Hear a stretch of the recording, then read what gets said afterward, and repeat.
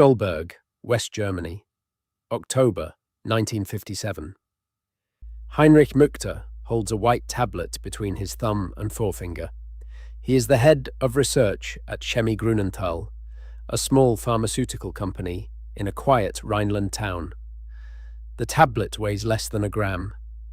His department has tested it for toxicity. They cannot find a lethal dose. The marketing team has already written the slogan, "Completely non-toxic." The advertisement will show a toddler reaching toward the bottle. The tablet is thalidomide.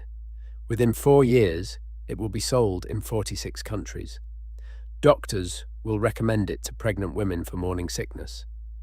Approximately 10,000 of those women will give birth to children without arms, without legs, or without both.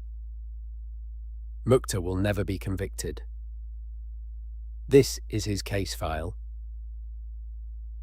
In the late 1950s, the global pharmaceutical market was expanding faster than the systems meant to regulate it. In West Germany, a drug could reach the market with minimal clinical testing. There was no requirement to prove safety in pregnancy. There was no independent review process. A company submitted its own data, and if the data looked adequate, the drug was approved. Chemie Grünenthal was not a major firm. It had begun as a soap manufacturer. After the war, it pivoted to pharmaceuticals, antibiotics, cough medicines, small market products. Thalidomide was meant to be its breakthrough. The company launched thalidomide on October 1st, 1957, selling it in Germany under the brand name Contergan. It was marketed as an over-the-counter sedative for insomnia, anxiety, tension, but the highest value segment was pregnant women. Morning sickness was common. Existing treatments were limited. A drug described as non-toxic and non-addictive filled a gap the market wanted filled. Within a year, thalidomide was one of the best-selling drugs in West Germany.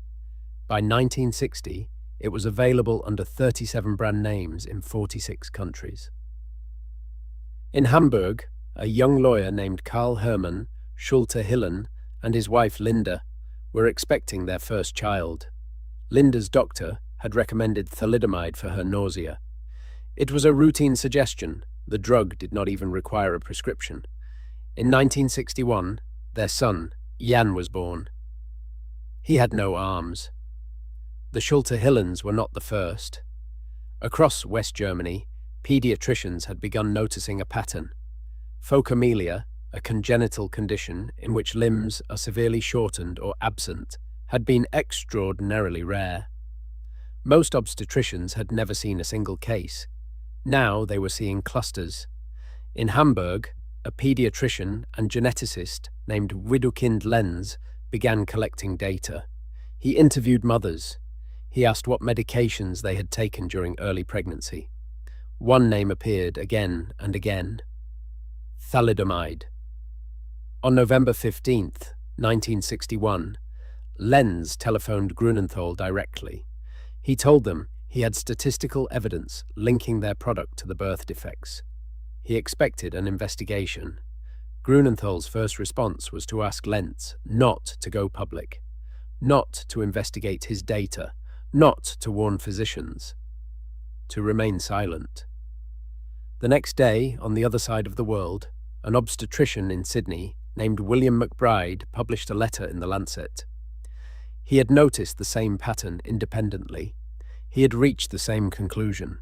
Unlike Grünenthal, he chose to publish it. 12 days after Lenz's phone call, and only after press coverage made suppression impossible, Grünenthal withdrew thalidomide from the West German market. The date was November 27th, 1961. But the withdrawal was not coordinated. In Japan, the drug remained on sale for months. Children continued to be born with thalidomide injuries into 1963. Back in Hamburg, Karl-Hermann Schulte-Hillen began doing what lawyers do. He gathered documents. He contacted other families. He filed the first criminal complaint against Grünenthal. Meanwhile, across the Atlantic, none of this had happened. In September 1960, More than a year before the withdrawal, a medical reviewer at the US Food and Drug Administration had received the thalidomide application. Her name was Frances Oldham Kelsey. She was 2 months into the job, the newest reviewer on staff. The application came from Richardson Morell, Grünenthal's American licensee. It was expected to be routine. Kelsey found it incomplete. She asked for more data on the drug's absorption and its effects on the nervous system. Richardson Morell responded with pressure, not data.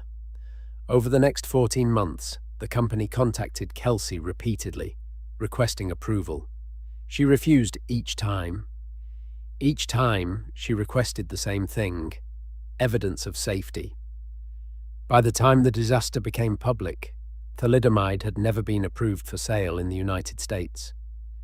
The American market was spared, not by the system, but by a single reviewer, who applied the standard the system was supposed to enforce.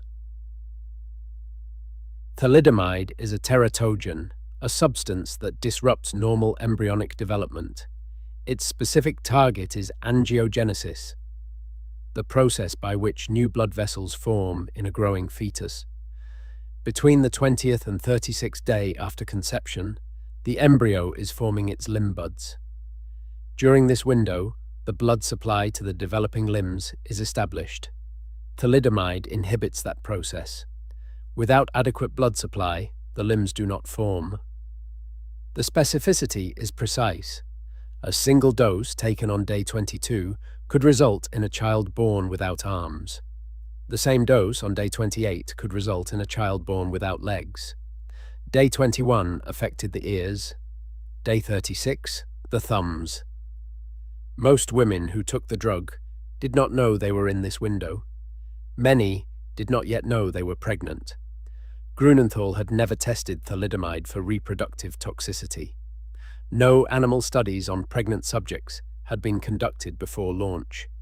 This was not unusual for the period.